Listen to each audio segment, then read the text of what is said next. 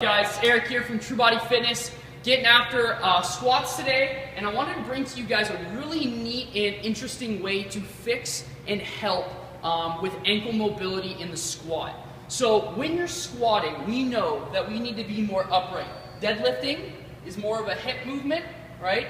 And then squatting is more of a knee movement, which again, squatting requires some ankle mobility, right? So when I come forward when I come down into the squat, my ability to travel forward on my ability for my knee to travel forward with keeping the weight centered around that midfoot is so important and crucial for squatting. So that being said, if you lack ankle range of motion, okay, in your ankles, so you do not have the ability to go very far with your knee forward until you start lifting off the heel, or you squat down and then you start using your hips.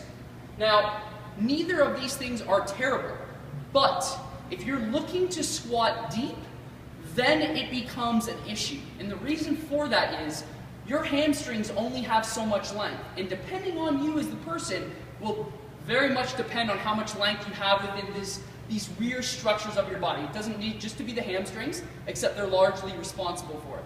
So, that being said, if I know I lack ankle range of motion and I want to try to work on my squat position, I want to find a good depth on the rack where I can basically go, fixate my position in the squat, so when I go down, I come down and maybe I'm a little hip dominant, then I actually use the weight of the bar to pull myself into an upright position, and then I drive off that position. Because the most important thing is that you teach your body where to move from. Your body is adaptable. If you constantly teach it a certain position, it will start to use that position. So, what you're going to see here is I'm going to go squats. This is only 135.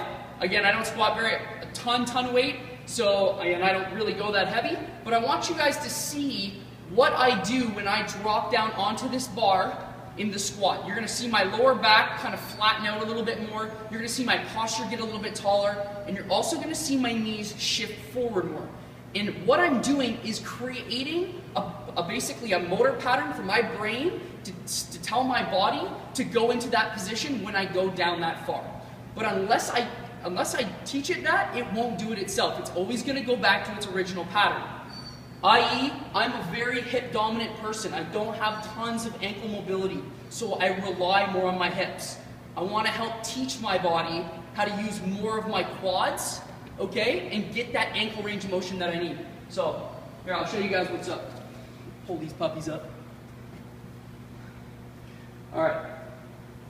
So watch what my lower back does, watch what my ankles do, and we'll go from there. So I'm going to take a stance that's more comfortable for me. So I'm going to squat down the best I can. So I'm in this position.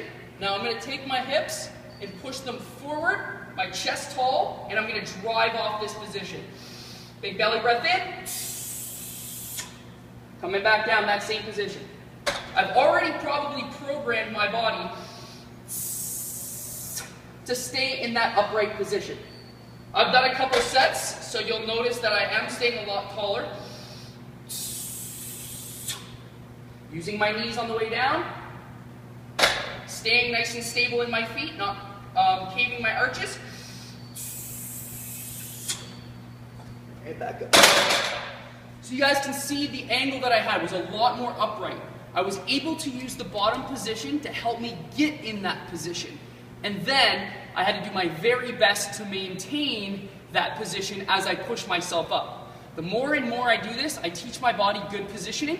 I teach my body to have mobility and stability at the ankle and knee joint and the hip joint, all structures of the body, in that position. So guys, if you're struggling with squatting a bit more upright, you're struggling with getting some depth, work at finding a range that's challenging for you, drop the bar, get tall, get upright, drive off, and stay tall.